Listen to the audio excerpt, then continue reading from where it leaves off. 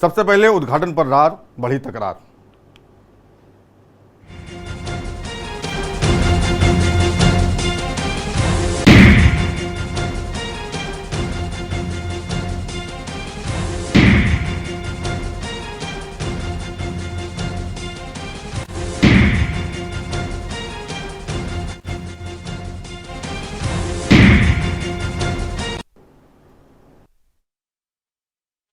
संसद के नए भवन के उद्घाटन को लेकर बीजेपी पर पलटवार है, हमलावर है।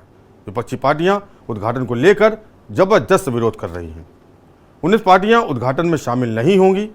विपक्षी दलों ने संयुक्त बयान में बायकॉट करने की जानकारी देकर मोदी सरकार के सामने एक बड़ी चुनौती पेश कर दी है।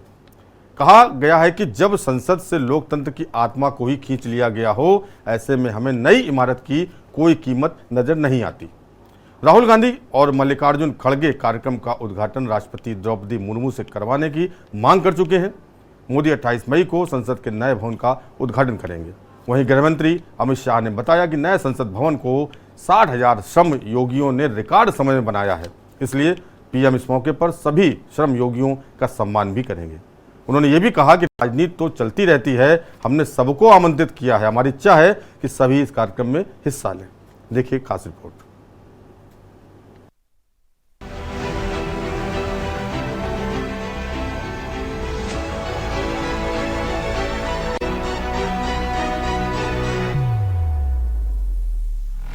नए संसद भवन के उद्घाटन को लेकर कांग्रेस समेत कई विपक्षी दलों ने मोर्चा खोल दिया।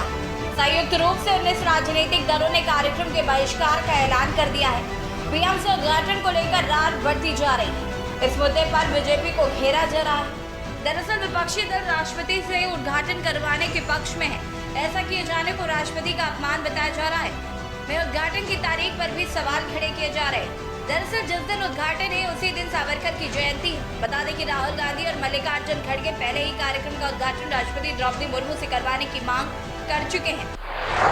कांग्रेस, आम आदमी पार्टी, तृणमूल कांग्रेस, द्रविड़ मुनेत्र कड़गम, राष्ट्रीय जनता दल यूनाइटेड, राष्ट्रवादी कांग्रेस पार्टी, समाजवादी पार्टी, शिवसेना, उद्धव ठाकरे, कुछ communist party of India, Jharkhand Mukti Morcha, करेला कांग्रेस मनी, विद्युत हलाई, चिरुथाईगल कक्षी, राष्ट्रीय लोक दल, मार्क्सवादी कम्युनिस्ट पार्टी, नेशनल कॉन्फ्रेंस और रेवोल्यूशनरी सोशलिस्ट पार्टी, मरूम लालची, द्रविड़ मुनेत्र कड़गा के लोग तो सिर्फ सेंट्रल हॉल में कभी आते थे, वो भी मोदी साहब ने सेंट्रल हॉल में आपका आना भी बंद कर दिया। मगर अगर आप ऊपर जाएंगे तो मुझे अच्छी तरह याद है कि 2012 या 13 में लेट मुलायम सिंह यादव साहब जब अपनी पार्टी के ऑफिस में खाना खा रहे थे तो एक बिल्डिंग का एक हिस्सा उनके आके उनके टेबल बाजू गिरा। तो ये नई लोकसभा की जरूरत है, इसमें कोई डिनाई नहीं कर सकता। अब हमारा जो पार्टी का ऑब्जेक्शन है वो ये है कि लोकसभा में ये theory of separation of powers Bharat के संविधान के बेसिक स्ट्रक्चर का हिस्सा है और theory of separation of powers में एग्जीक्यूटिव इंडिपेंडेंट रहेगा, लेजिस्लेचर इंडिपेंडेंट रहेगा, जुडिशरी इंडिपेंडेंट रहेगी। हम शुरू से इस बात को कह रहे हैं कि प्रधानमंत्री, वजीर आजम ने जब जाकर इसका फाउंडेशन डाला उस वक्त भी मैंने कहा कि ये एग्जीक्यूटिव का गैर जरूरी इंटरफियरेंस हो रहा है लेजिस्लेचर में, उनको नहीं करना चाहिए था फाउंडेशन स्टोन में। जब नेशनल एम्बलम का इनॉग्रेशन हुआ उस वक्त भी वजीर आजम और प्रधानमंत्री मोदी पहुंच गए, स्पीकर साहब पीछे खड़े हैं, उस वक्त भी मैंने ऑन रिकॉर्ड कहा था गलत हो रहा है। आज भी मैं कह रहा हूं कि इसका इनॉग्रेशन प्रधानमंत्री को नहीं करना चाहिए क्योंकि ये theory of separation of powers का वायलेशन है। लेजिस्लेचर इंडिपेंडेंट है, पार्लियामेंट इंडिपेंडेंट है एग्जीक्यूटिव से जो प्रधानमंत्री है, पार्लियामेंट इंडिपेंडेंट है जुडिशरी से जो सीजीआई हेड करते हैं उसको। तो इसीलिए हम इसका अपोज कर रहे हैं कि प्रधानमंत्री को, वजीर आजम मोदी को इस नई पार्लियामेंट की बिल्डिंग का इनॉग्रेशन नहीं करना चाहिए क्योंकि ये theory of separation of powers का ग्रॉस वायलेशन है। ये स्पीकर के डोमेन में, लेजिस्लेचर के डोमेन में एग्जीक्यूटिव इंटरफियर हो रहा है। हम आपको बता दें कि संजय राउत ने कहा है कि हमारी संसद ऐतिहासिक है, यह सभी 100 साल चल सकती है।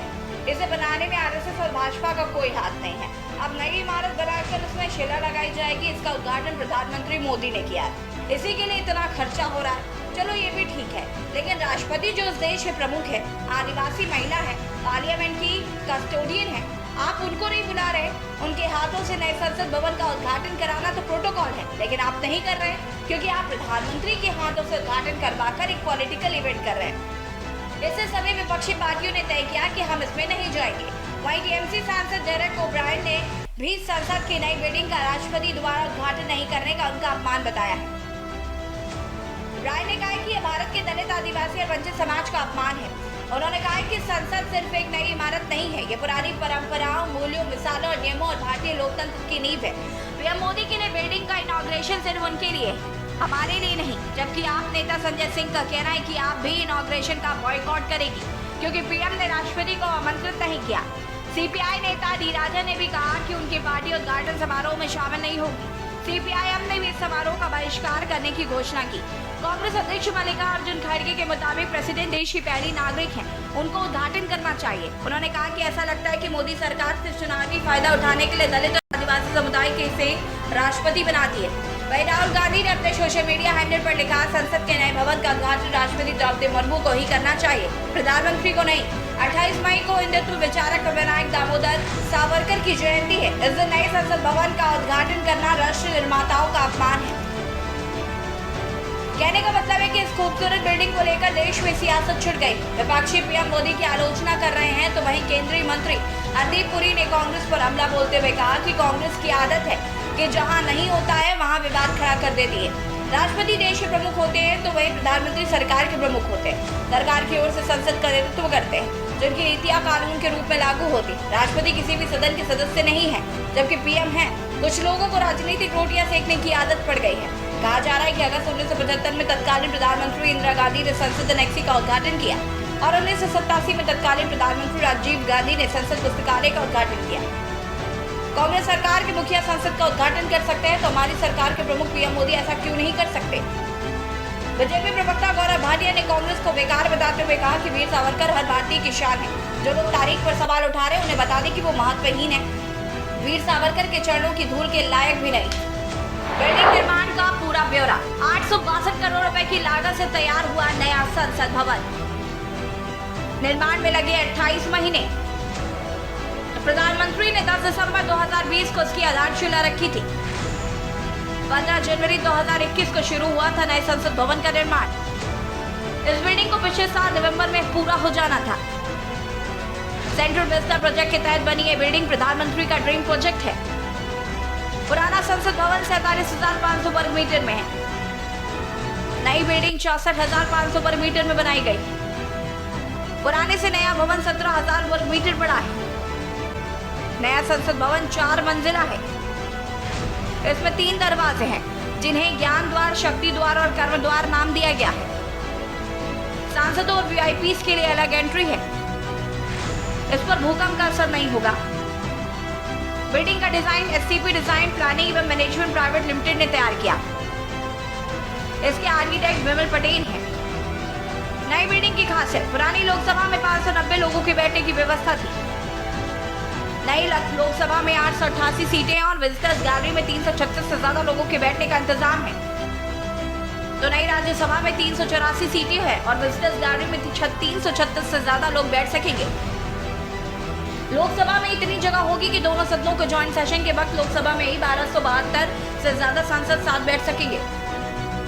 संसद के हर अहम कामकाज के लिए अलग अलग ऑफिस है। ऑफिसर्स और कर्मचारियों के लिए भी हाईटेक ऑफिस की सुविधा है। कैफे और डाइनिंग एरिया भी हाईटेक है। कमेटी मीटिंग के अलग अलग कमरों में हाईटेक इक्विपमेंट लगाए गए। कॉमन रूम, महिलाओं के लिए लाउंज और वीआईपी लाउंज की भी व्यवस्था है। आपको बता दें कि मौजूदा संसद भवन को 96 साल पहले 1927 में बनाया गया था। मार्च 2020 में सरकार ने संसद को बताया था कि पुरानी बिल्डिंग ओवर यूटिलाइज हो चुकी है और खराब हो रही है। इसके साथ ही लोकसभा सीटों के नए सिरे से परिसीमन के बाद जो सीटें बढ़ेंगी, उनके सांसदों के बैठने के लिए पुरानी बिल्डिंग में पर्याप्त जगह नहीं है। इसी वजह से नई बिल्डिंग बनाई गई। तिकोने आकार के नए संसद भवन का निर्माण 15 जनवरी 2021 को शुरू हुआ था। इस बिल्डिंग को पिछले साल नवंबर में पूरा होना था। पीएम नरेंद्र मोदी ने 10 दिसंबर 2020 को नए संसद भवन की आधारशिला रखी थी। तब उन्होंने कहा था कि संसद की नई बिल्डिंग से अधिक सुंदर कुछ नहीं हो सकता। जब भारत अपनी आजादी के 75 साल बनाएगा, नई संसद को बनाने का टेंडर टाटा प्रोजेक्ट को साल 2020 के सितंबर में दिया गया था। इसकी लागत 861 करोड़ रुपए मानी गई थी। फिर बाद में कुछ अतिरिक्त कामों के चलते यह कीमत 1200 करोड़ रुपए तक पहुंची थी। स्पेशल डेस्क के न्यूज इंडिया।